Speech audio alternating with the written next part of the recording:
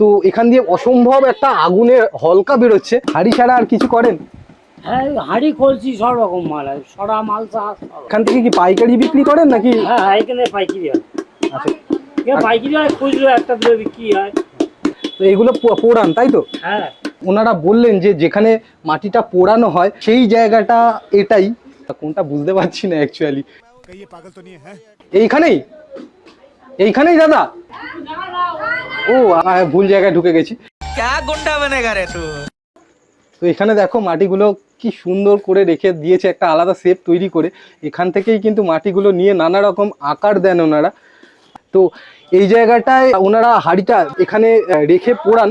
তো এখান দিয়ে অসম্ভব একটা আগুনের হলকা বেরোচ্ছে, মারাত্মক রকম গরম লাগছে। তো এখানেই কিন্তু হাঁড়ি তৈরি হয়, হাঁড়ি পোড়ানো হয়। ওয়াও, আচ্ছা।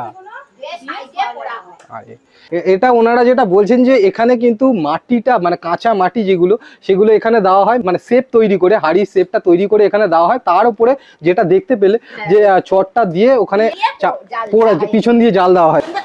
আচ্ছা, ও আচ্ছা, এখানে মুখটা বন্ধ করা আছে, ওর মধ্যে থেকে জাল দিয়ে আগুন দিয়ে এই যা গরম করে। বিশাল একটা সিস্টেম, জানা ছিল না। তো তোমরাও অনেকে জানতে না। তো যাই হোক, এটা একটা দারুণ অভিজ্ঞতা।